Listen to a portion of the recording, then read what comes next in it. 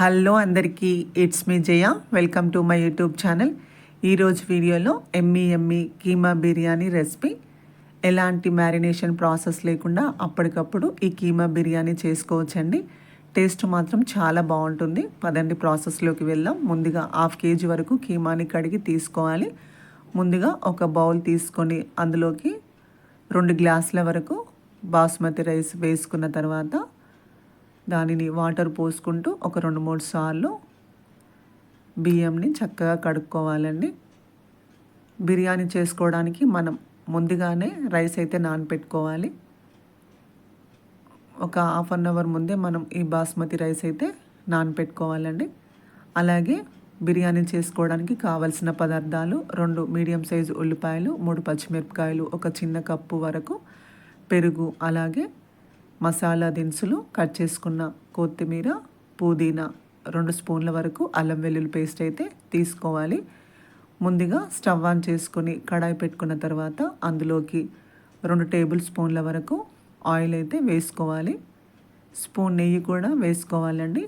నెయ్యి వేసుకోవడం వల్ల బిర్యానీ టేస్ట్ అనేది చాలా బాగుంటుందండి. అది వేడయ్యాక ముందుగా మనం మసాలా దినుసులను వేయించుకోవాలండి. అవి కొంచెం వేగిన తర్వాత మనం స్లైస్లుగా కట్ చేసుకున్న ఉల్లిపాయ ముక్కలు, అలాగే పచ్చిమిర్చి ముక్కలను వేసుకొని దోరగా వేయించుకోవాలండి. అవి గోల్డెన్ బ్రౌన్ కలర్ వచ్చేంత వరకు మనం ఈ ఉల్లిపాయ ముక్కల్ని అయితే వేయించుకోవాలి. మనకి బిర్యానీ ఫ్లేవర్కి బ్రౌన్ ఆనియన్స్ చాలా బాగుంటాయండి. ఆ టేస్ట్ మాత్రం మనకు ఈ బ్రౌన్ ఆనియన్స్ తోటే వస్తుందండి బిర్యానీ ఫ్లేవర్. అవి గోల్డ్ కలర్ వచ్చాయండి. ఇప్పుడు అందులోకి మనం 1/2 స్పూన్ వరకు పసుపు అయితే వేసుకోవాలి. అలాగే అల్లం వెల్లుల్లి పేస్ట్ కూడా వేసుకొని అల్లం పచ్చివాసన పోయేంత వరకు వేయించుకోవాలండి. అప్పటికప్పుడు అల్లం వెల్లుల్లి పేస్ట్ ఫ్రెష్గా వేసుకుంటే బిర్యానీ టేస్ట్ చాలా బాగుంటుందండి. నేను అప్పటికప్పుడు అల్లం వెల్లుల్లి పేస్ట్ అయితే రెడీ చేసుకున్నాను. అది వేగిన తర్వాత అందులోకి మనం కడిగి పెట్టుకున్న కీమాని వేసుకొని అంతా కలిసేలాగా కలుపుకోవాలండి. స్టవ్ను లో టు మీడియంలో పెట్టుకొని మనం ఈ కీమా అయితే ఒక 10 నిమిషాల పాటు మూత పెట్టి ఉడికించుకోవాలి. ఈ కీమా బిర్యానీ ఎలాంటి మ్యారినేషన్ ప్రాసెస్ లేకుండా అప్పటికప్పుడు బిర్యానీ తినాలనిపిస్తే ఇలా ఈజీగా చేసుకోవచ్చండి. వంటరాని బ్యాచిలర్స్, వంటరాని లేడీస్ ఎవరైనా ఈ కీమా బిర్యానీ అయితే చేసుకోవచ్చండి. కీమాలో ఉన్న వాటర్ అంతా మగ్గిపోయి ఆయిల్ సపరేట్ అయ్యేంత వరకు మనం ఈ కీమాని ఉడికించుకోవాలండి. మధ్య మధ్యలో కలుపుతూ ఉండాలండి, అడుగనేది అంటకుండా.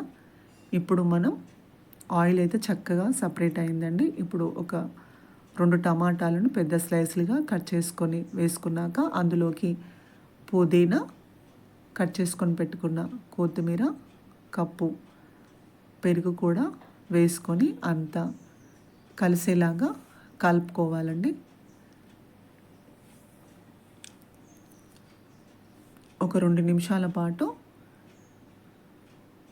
మూత పెట్టి టమాటాని అయితే ఉడికించుకోవాలండి. మా ఇంట్లో మా పిల్లలకి బిర్యానీ అంటే చాలా ఇష్టం అండి. సో వాళ్ళకి ఎప్పుడు కావాలనుకుంటే అప్పుడు నేను చేసి పెడతాను. ఇలా ఒక్కసారి ట్రై చేయండి. ఎలాంటి మ్యారినేషన్ ప్రాసెస్ లేకుండా చాలా ఈజీగా ఈ కీమా బిర్యానీ అయితే చేసుకోవచ్చండి. ఇప్పుడు మనం కారం అయితే యాడ్ చేసుకోవాలి. నేను 3 స్పూన్ల వరకు కారం యాడ్ చేసుకున్నానండి. నాన్ వెజ్కి కొంచెం కారం ఎక్కువగానే పడుతుంది కాబట్టి నేను కారం 3 స్పూన్స్ వరకు వేసుకున్నాను. ఇప్పుడు తగినంత కారం, రుచికి సరిపడినంత సాల్ట్, స్పూన్ వరకు బిర్యానీ మసాలా వేసుకున్న తర్వాత అంతా కలిసేలాగా కలుపుకొని 1 నిమిషం పాటు కారం యొక్క పచ్చివాసన పోయేంత వరకు ఉడికించుకోవాలండి. ఆ తర్వాత మనం కీమా ఉడకడానికి వాటర్ అయితే యాడ్ చేసుకోవాలి. ఇప్పుడు ఒక గ్లాస్ వరకు నేను వాటర్ అయితే పోసుకున్నానండి. మరొక్కసారి అంతా కలుపుకొని కీమా అనేది దగ్గర పడేంత వరకు ఉడికించుకోవాలండి. ఈలోపు మనం రైస్ అయితే ఉడికించుకుందామండి. ఒక బౌల్ తీసుకొని వాటర్ పోసుకున్నాక అందులోకి కొద్దిగా స్పైసెస్ కట్ చేసుకొని పెట్టుకున్న పుదీనా అలాగే కొత్తిమీర కూడా వేసుకొని అందులోకి కొద్దిగా సాల్ట్,